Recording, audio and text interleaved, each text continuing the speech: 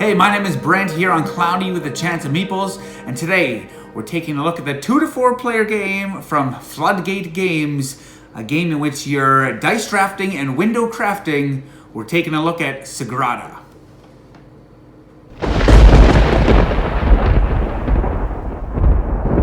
Okay, so the radar overview for Sagrada. First things first, you set up the little score tracker here. You shuffle all these public objective cards. They are denoted by the blue die on the back. And then you set up 3 of those. You can set up then 3 little helper cards. Give every player one of these fantastic looking player boards here. They're dual layer. Here we go. There we go. They're dual layer and they're recessed here. So you give everyone one of those. You give them 2 of these little pattern cards. And I'll say this, each of the pattern cards are double-sided. So each player takes 2. And then depending on how many of these little white dots they have, that's how many favor tokens that you give them. So the yellow player, let's just say they would take this one. They would then get, we'll get this in here yet. There we go. They would take 5 of these favor tokens. It really is seamless and effortless. Just not for me, apparently. Okay, and then the red player, they would take 3. So they take these 3, these 5. I'll explain how to use those in just a few minutes. Each player then will also get a private objective. So say for the red player, their private objective would be this total sum of all of the red dice that they'll put in their window. So if they can get like a red 6 here and a red 6 here and a red 4 there, then they would get 16 points for those. But those are kept hidden, and then it's a pretty simple game, but it has a lot of depth. So I'd mentioned these are private objectives. We'll just move up here and see these community objectives. So this one, you get 5 points if you can make a whole column with no repeating colors. This one, a row shade variety, if you can get a whole row with different values. And then this one would be deep shades. So a set of a 5 and a 6. So if you have 2 5s and 2 6s, then you would score that 2 times. As mentioned, it's pretty easy. It's a drafting game.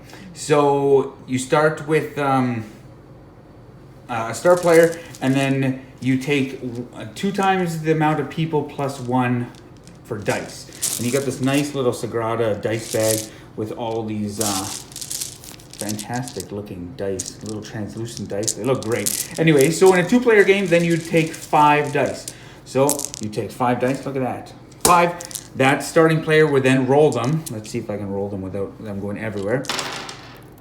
And then the starting player would then choose one of the dice.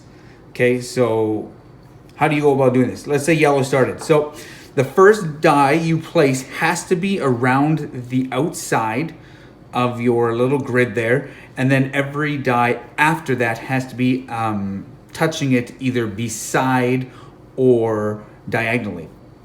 And it looks pretty simple. Like here, you do a purple one. Here, you do a 6. Here you do a green one. Here you do a 4. So that's simple, but you can never have the same color side by side or the same number side by side.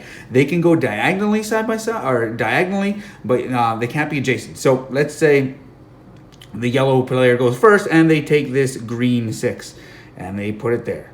And then let's say the red player goes and let's take this yellow. So instead of going back now to the yellow player, it's called a snake draft. So yellow went first, so they get the first choice, then red gets 2, and then yellow gets the last choice. So then red would then take, let's say, this purple 3, and then it would be up to the red, and then the red would put, or sorry, then it'll go back to the yellow, and then the yellow would put that. And then this last one would go on the track, the scoring track. So it would go right there on the number 1.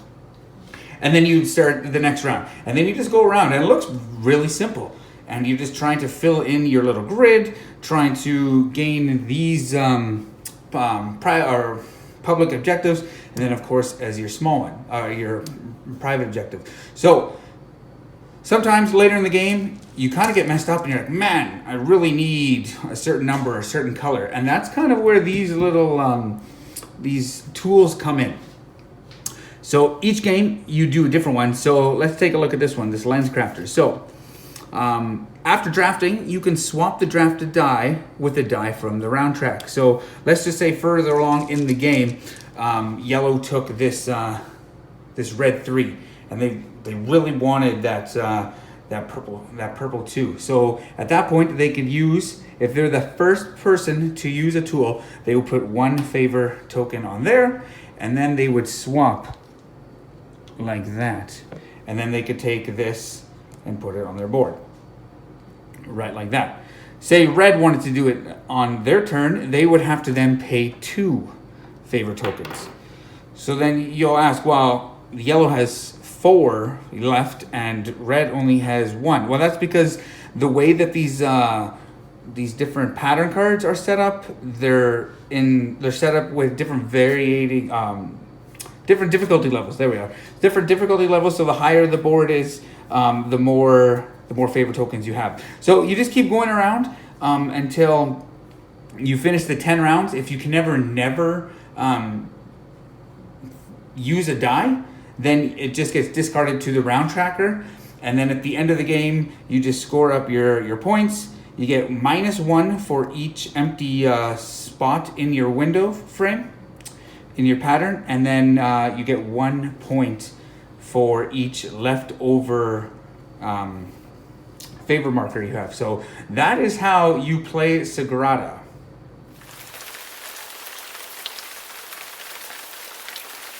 Okay, so the final forecast for Sagrada. Well, first things first, let's get a look at the artwork and just the graphic design. It's absolutely amazing. Each one of these player boards, they look fantastic. You got the yellow, you got the red.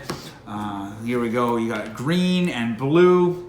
I know with the expansion, they can play up to 5 and 6 player, and then you get purple and orange.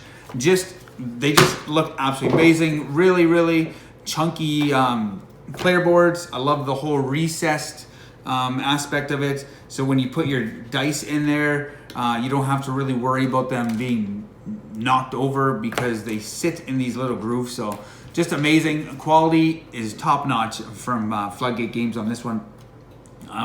This looks like a pretty simple game. It's just, you get your player board, you put your window pattern in there, start rolling some dice, and then just start placing. It's pretty simple, but man, there's just so much to think about each time. And again, you're only putting 2 dice in your window pattern every round. There's only 10 rounds, so the game says 30 to 45 minutes on the box, and I'd say that's pretty accurate. With maybe 2 players, maybe you could play a game in 15, 20 minutes, but regardless, it's just great. And yeah, so you're rolling dice and you're putting them in your window. But man, every game I play, I'm sitting there and I'm looking at the dice. I'm not even worried about my opponents in that regard. I know in drafting games, a big thing that can happen is hate drafting. And if that's a new term for you, hate drafting is in which you see everything that's offered. You can pick one and you look at all your opponents and you say, I may not need this, but it'll help this person across the table a lot more than me, so I'm going to take it just so that they can't. It's a term called hate drafting. I don't feel I can hate draft in this game. The closest thing to hate drafting for me is if I see someone taking a lot of red dice, then I realize, oh, their private objective is obviously red. The sum of the red pips on their dice, so that you can have some hate drafting. I personally can't do it because I'm so focused on my own. I'm so focused on the private or the public objectives, like this one that I showed. 5 points for every row in which you have no repeating values. Like, I don't know. It's just great. I know the box is 13 plus. I don't think you have to be 13 to play this game. I have played it with my 7-year-old.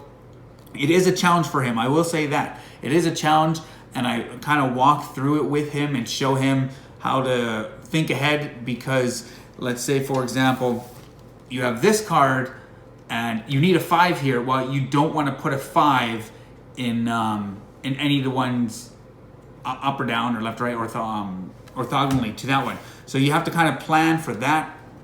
But overall, just an absolute delight of a game to play. I know everybody who I've played this game with likes it. It's just a puzzly little brain burner for 30 minutes. So if you're looking for a new dice drafting game or just a game that plays short amount of time, that's pretty simple but has a lot to think about, take a look at Sagrada.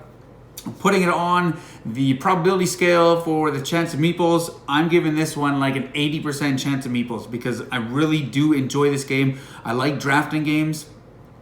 But yeah, Sagrada, if you're looking for something new, fresh, exciting, that looks great on the table, check out Sagrada.